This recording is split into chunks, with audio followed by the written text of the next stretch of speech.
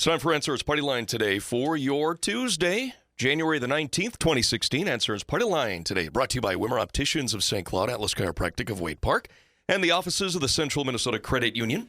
In studio with me from the Soil and Water Conservation District, we have Dennis Fuchs, Administrator. Also, we have Rick Berscheid, District Conservationist from NRCS. Rick and Dennis, good morning to you. Good morning, Brad. How are things at the offices? Busy. Busy. Yeah, we are busy. We've got over 200 people on a list that are requesting technical assistance and hopefully get some financial assistance too. We just had some team meetings in our office last week, Rick and I and staff, and we've got 40 projects that need to be basically completed by this summer, and that means we need to be getting out there this winter to make sure all the surveys are completed and that the landowners and farmers are happy with the proposed conservation practice and get it done ASAP. That's a good thing. The word is getting out. Things are getting done. What would we do without chasm? That's what I'm trying to get at, Dennis. Thank you for, pointing out the obvious there. I know, but you guys are awesome. Thanks. But I wanted Rick just to touch on, one of the big programs that we use in the county is the Environmental Quality Incentive Program, and that's the NRCS program to help solve problems. And there's a lot of demand on that program, and it's a continuous sign-up, but if you're planning on doing something this year, pursuing those funds, Rick, you think that'll happen? This year, what was decided for the state is they have one ranking period. So like Dennis said, it's a continuous sign-up. So if you're interested in the program or if you just want to come into the office and discuss your resource concerns that you have out there, potential problems that you may want to address, just stop on in and we can take a look at it and start and make an appointment and get out there and evaluate the fields. But it's a continuous sign-up, so you can sign up at any time. And then throughout the year, we have a sign-up deadline. So essentially, we take a look at all those applications that applied from the previous sign-up until that time and evaluate them as a batch. And then we go ahead until the next batch. And this year, we're going to have one sign-up deadline for the year. So if you're looking at doing anything here in the future, it's best to come on in now and see us, and we can start doing some of the groundwork and get out there and take a look at it and get some information from you. And like Dennis said, we have quite a few projects going on right now. So looking ahead here to next fall, time flies by pretty quick, and before you know it, it's going to be here. So we can start the groundwork now early on so we can get everything addressed for you. And, the Environmental Quality Incentive Program has been an awesome program to help farmers address their feedlot runoff problems and also develop a comprehensive nutrient management plan. And one of the modifications that NRCS has implemented with the EQIP program is that you'll also have to address some of the erosion concerns also on your fields. So if you're interested in solving your ag waste runoff problem and you have some gullies or excessive soil loss occurring on your fields, that will also have to be addressed. And you can use structural practices such as a grass waterway, water and sediment basins, or you can use management strategies such as crop residue management, contour strip planting, cover crops, and soil conserving crops like alfalfa.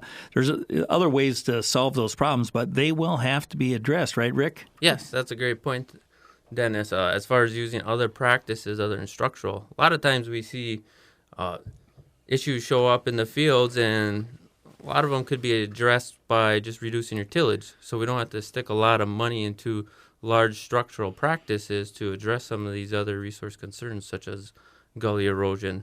But moving forward here, we'll be evaluating the fields where the manure will be applied along with the feedlot itself. So if you're looking at doing any type of ag waste facility, we'd be looking at the fields to address all those resource concerns as well.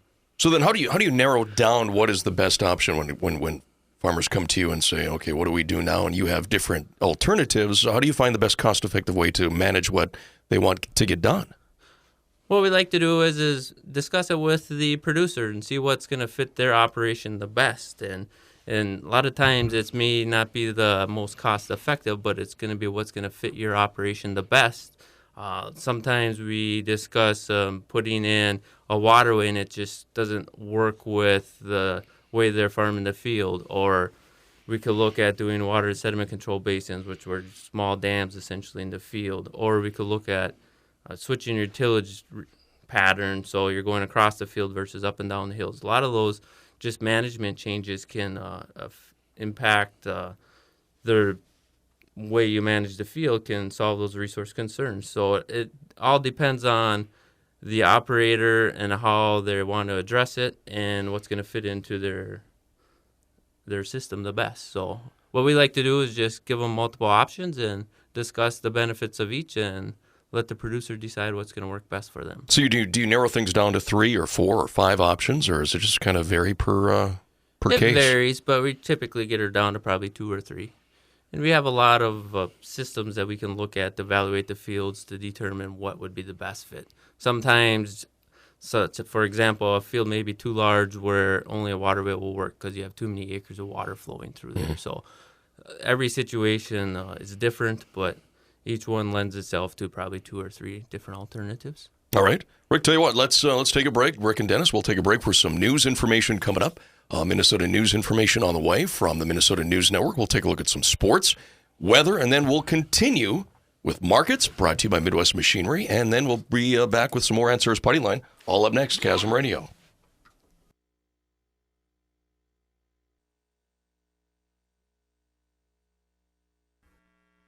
All right, Midwest Machinery brought you your brownfield market information on Chasm Radio. We continue our visit on Answers Partyline with Dennis Fuchs from SWCD, Rick Berscheid from NRCS, as we continue talking about their quality incentive program. Rick, you had some other things you wanted to add to that? Yeah, if you're interested in a program, I just encourage you to come into the office. Like Dennis was saying, we have a lot of projects, and we like to start figuring out which projects that we got to start looking at here this upcoming spring and just start filling up our schedule. Right now, we're kind of short-staffed, so we're definitely trying to make the most use of our time. So if you're interested in doing something, stop on in and come see us. What, are you trying to hire again? What's the deal with the short staff? Rick is short-staffed. The feds have been short-staffed ever since they implemented a new human resource management system. Yes, right now we're down 2 staff members or 3 staff members, and we're looking at getting those filled. So anyone that's interested, just take a look at USA Jobs. They get posted there. They're for 2 soil comp positions in the office, and it just help with the planning and meeting with the producers and getting a lot of great things done and working with all the great producers in the county. So there are opportunities, except they're not like saying you can't hire anybody. Right. Okay. They have to get through some of the paperwork modifications. They're moving into a new system. And I want to let your listeners know that if there's any college kids out there or high school kids wondering what they should do with their lives, the Soil and Water Natural Resources Conservation Service is a huge opportunity. And there's just a lot of people that are going to be retiring in these organizations. And right now, the soil water conservation districts have a lot of state support to help with the buffer implementation and other natural resource concerns identified across the state. And it'd be a great time to visit your local university, college, and ask them if they have a program where they can assist us. And I actually had a meeting last week with a professor from St. Cloud State University, Mitch Bender, and talking about tying in a program more tightly with the 2-year St. Cloud Technical College and their surveying, land surveying, civil 3D design, the software you use to actually design projects, and tying that into a 4-year degree with St. Cloud State University, because there is just a tremendous workload out there. As we mentioned earlier, we've got over 200 projects on our list. 40 of them have to be done by June. And that's just going to be a big workload. And if you're kind of, well, how much work is associated like a project? So if you look at a feedlot runoff solution, you're looking at about 250 hours of staff time just in developing, surveying your site, designing that, reviewing the alternatives with the farmer, and then going through the construction process. Doggone Randy. And then the other thing is we also have about 40 to 50 hours tied in with a comprehensive nutrient management plan. That's when we sit down with the producer and identify what the crops are, look at the soil test information, look at the agronomic need for the crop that you're producing, and then apply manure at the right rates and then supplement with commercial.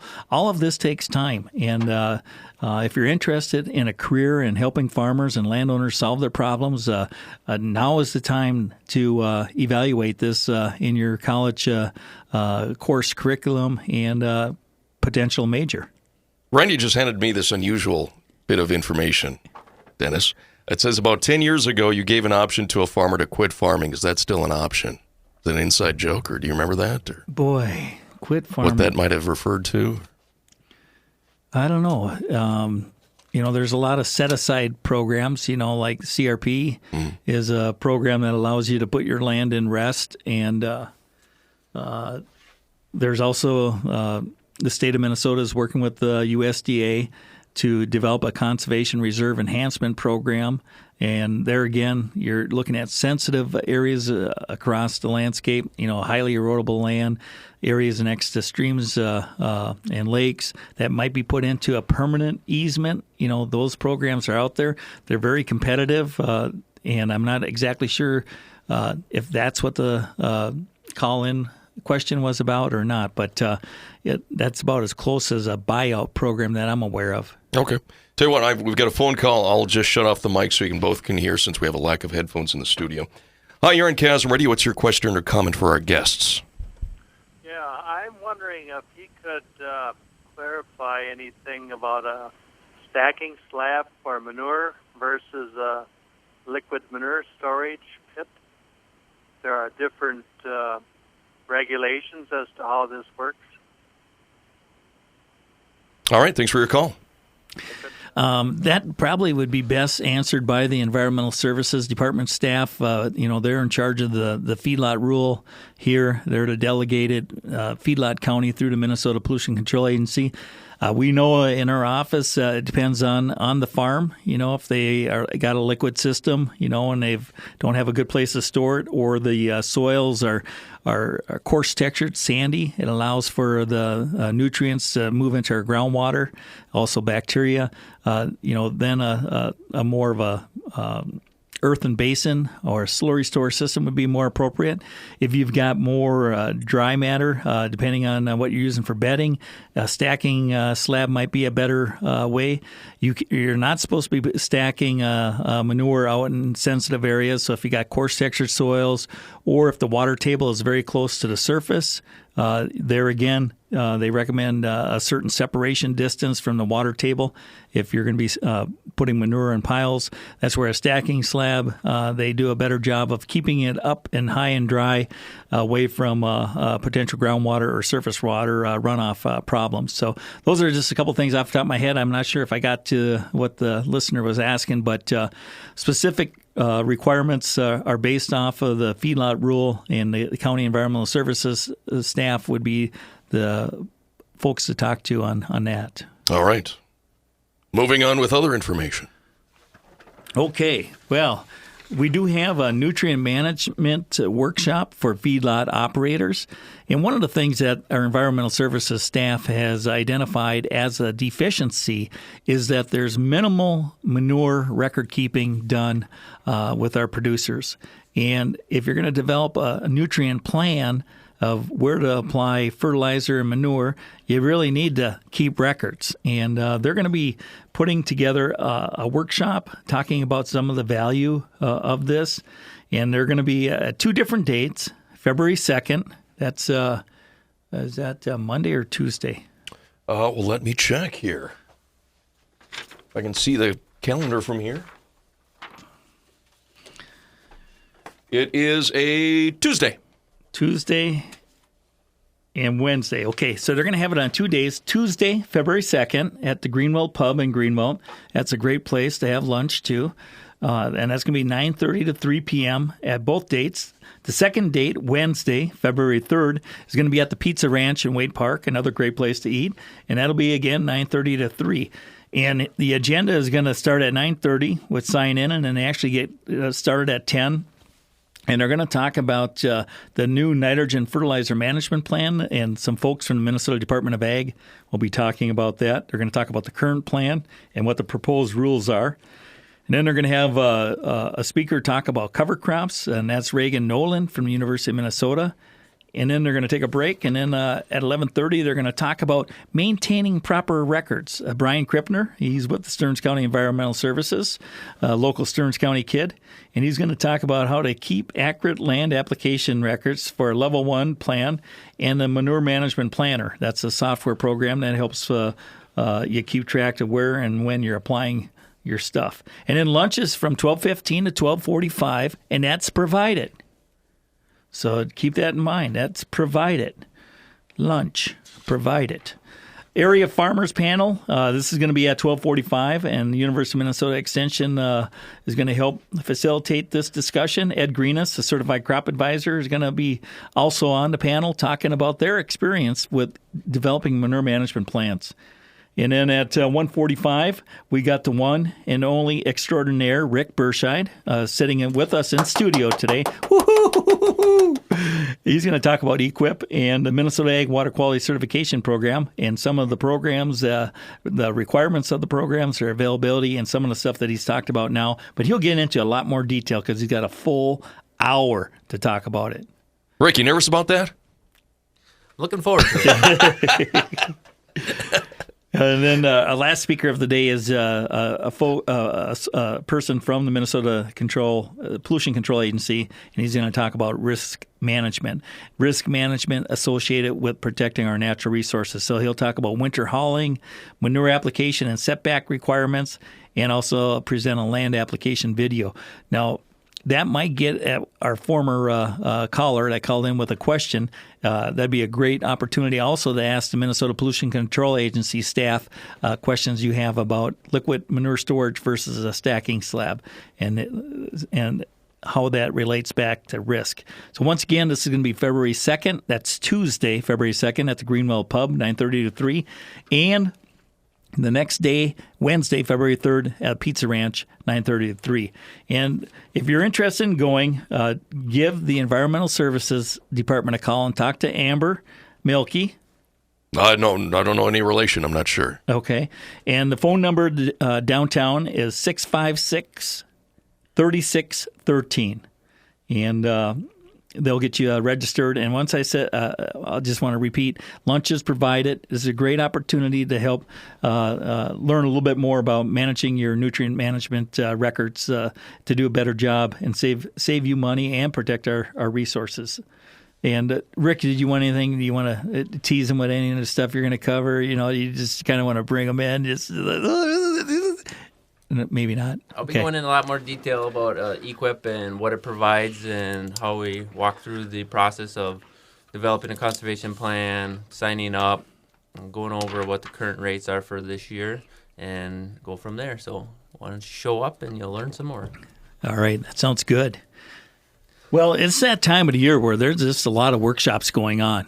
And the other one that we've got going on is the 42nd Annual Convention for the Irrigation Association of Minnesota. And I know there's a fair amount of listeners here on Chasm that do have irrigation.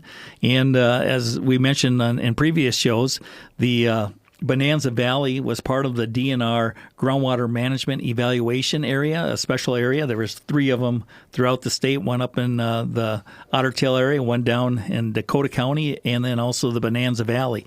And a lot of concern about our pumping rates and if we can sustain our groundwater levels at the existing pumping levels. And as you know, the DNR provides water appropriation permits and decides if that's going to happen or not.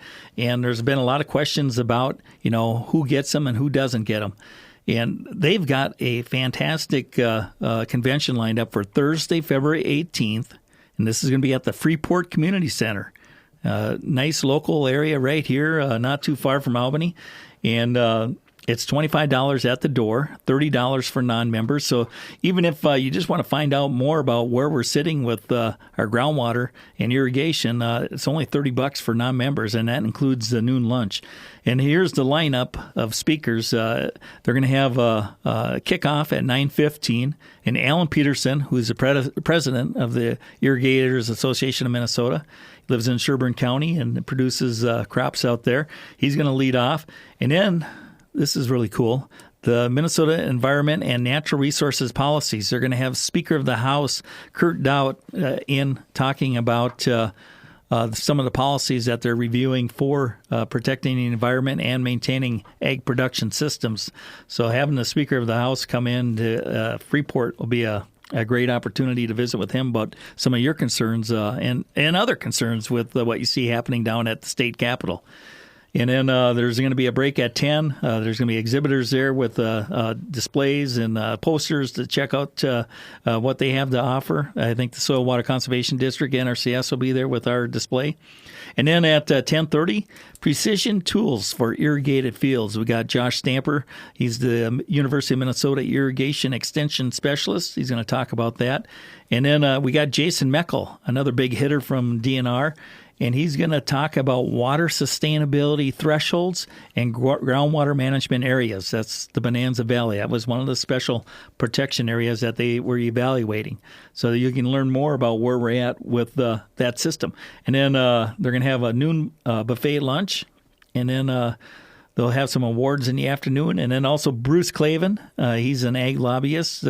He's going to give an update at the business meeting of where some of the legislation is sitting. And then there's going to be cash prizes and other fun things happening at the Irrigation Association Annual Convention on Thursday, 18th, 2016. And it looks like you can show up at the door, and there's no RSVP required. And $30 for non-members, $25 for members. And once again, that's the Irrigation Association of Minnesota 42nd Annual Convention, Thursday, February 18th at the Freeport Community Center. Dennis, who sets up these workshops and things you just mentioned? This year, the Irrigation Association of Minnesota, Alan Peterson is president, and then there's a board. So they're very active. Jerry Wright, former irrigation specialist with the University of Minnesota Extension Service, now retired. Josh Stamper, irrigation specialist currently. Our staff folks out of our office, Katie Winkleman and Brad Wentz, have also assisted with topic ideas. So it's a great opportunity to learn more. And getting the Speaker of the House there, I think, is just amazing. Okay. Oh, I want to also let folks know that we have the Stearns County Pheasants Forever Banquet coming up Saturday, March 5th. And this is the organization that also recognizes our outstanding conservationists, which is this past year Royce and Mary Trout, north of Sartell. And they were recognized at our state convention in December. But then we also recognize them locally. And the Stearns County chapter of Pheasants Forever has been very gracious and allowing us to recognize them at their banquet, and have just been a great supporter of conservation efforts in our county. And that's going to be Saturday, March 5th. If you would like to attend, just Google Stearns County Pheasants Forever, and you'll end up on their website. There's a form there that you need to fill out, and you can get there and attend. A membership package, which includes one banquet ticket and 1 year membership, is $55. The money generated here stays in the county, and it provides youth education for shooting sports. They also look at marginal cropland areas or existing areas adjacent to wildlife management areas that would be good for wildlife and not so good for corn and soybean production. So they look for the marginal cropland, the stuff that is poor, and help expand some of the opportunities for folks to hunt. Dennis and Rick, we got about a minute or so left. I have one here, a upcoming workshop here. It's the 11th Annual Immigrant and Minority Farmers Conference. It's going to focus on small-scale organic specialty crops. It's Saturday, January 30th from 8 a.m. to 5 p.m. and Sunday, January 31st, 8:45 to 4 p.m. And that's at the St. Paul continuing education and conference center. They're going to be covering cover crops on small scale, basic organic principles, some soil health and soil testing processes, and marketing and pricing. Very good. Give us your office numbers. That would be 251-7800, and both Rick and I are at extension 3. And then you'll get Lori or another staff person, and we'll get you to the appropriate person that can answer your question. Very good. All right. Well, thanks, Brad, and keep warm. All right. Dennis Fuchs, SWCD, and also Rick Berscheid, NRCS. Thanks for joining us today. We've got 5 minutes in front of 10, and we've got some other stuff going on right after this, Chasm Radio.